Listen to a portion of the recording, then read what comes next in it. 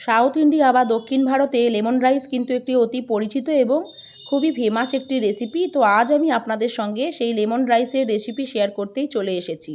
এটা বানানো কিন্তু খুবই সহজ এবং খুব কম সময়ের মধ্যে কিন্তু এটা বানানো হয়ে যায়। তো চলুন শুরু করি রান্না। এই লেমন রাইস রান্না করবার জন্য প্রথমে আমি কড়াই বসিয়ে দিয়েছি।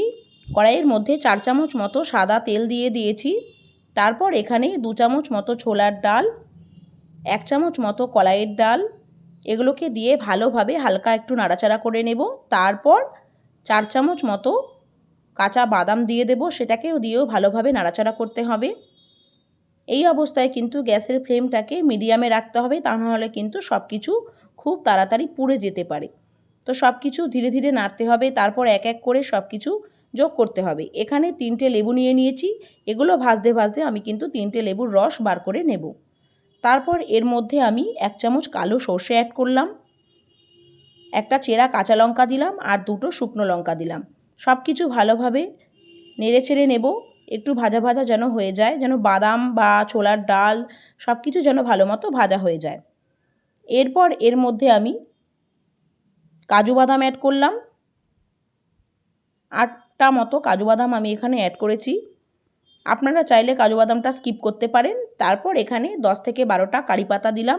সাউথ ইন্ডিয়ার প্রায় সব খাবারেই কিন্তু কারি পাতা মাস্ট, এটা আপনারা সবাই জানেন।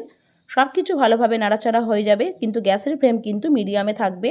তারপর হাফ ইঞ্চি মতো আদা আমি এখানে গ্রেট করে দিয়ে দেব। এখানে কিন্তু আদার পেস্ট ব্যবহার করা চলবে না। আপনারা যদি হাতের সাহায্যে আদাটা কুচি কুচি করে নিতে পারেন তাহলে সেটাও কিন্তু ব্যবহার করতে পারেন। এরপর যে লেবুর রসটা নিয়ে নিয়েছিলাম সেটাকে দিয়ে দিলাম। লেবুর রস দিয়ে কিন্তু বেশি নাড়াচাড়া করব না। আর দিলাম হাফ চামচ মতো হলুদ। সব কিছু ভালোভাবে মিশিয়ে নেব। তারপর পরিমাণ মতো জল ঢেলে দেবো। জল মানে এখানে হলুদটা দেওয়ার পর যদি আপনি সামান্য পরিমাণে একটু জল ঢেলে দেন তাহলে হলুদের যে আসল কালার সেটা কিন্তু খুব সহজেই বেরিয়ে আসে। এরপর আমি আগে থেকেই ভাতটা সেদ্ধ করে রেখেছিলাম। আমি আজকে দেরাদুন রাইস ব্যবহার করেছি। আপনারা নর্মালি যে চালের ভাত রান্না করে থাকেন বাড়িতে সেই চালও কিন্তু ব্যবহার করতে পারেন। আবার আপনার যদি আগের দিনের কোনো ভাত এক্সট্রা রয়ে যায় সেটাও কিন্তু আপনারা ব্যবহার করতে পারেন। প্রথমে কিছুটা ভাত দিয়ে দিলাম, তারপর বাকি অর্ধেক ভাত দিয়ে ভালোভাবে সব কিছু নাড়াচাড়া করে নেব। প্রথমেই যদি আপনি সব ভাতটা দিয়ে দেন তাহলে কিন্তু লেবুর রসটা ভালো মতো মিশবে না। এরপর গ্যাসের ফ্লেমটাকে মিডিয়ামে রেখেই কিন্তু ভালো মতো করে নাড়াচাড়া করতে হবে আর পরিমাণ মতো নুন দিতে হবে। নুন যদি আপনি ভাত সেদ্ধ করবার সময় দিয়ে থাকেন তাহলে এখন কিন্তু বুঝে শুনে নুন দিতে হবে।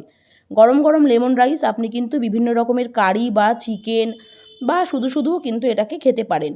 তো রেডি হয়ে গেল বন্ধুরা আজকের লেমন রাইস রেসিপি।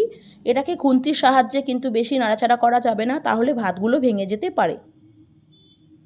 তো এবার শুধু গরম গরম পরিবেশন করবার পালা। কেমন লাগলো আজকের এই রেসিপি? যদি ভালো লেগে থাকে অবশ্যই কিন্তু শেয়ার করতে ভুলবেন না। আজ এই পর্যন্তই।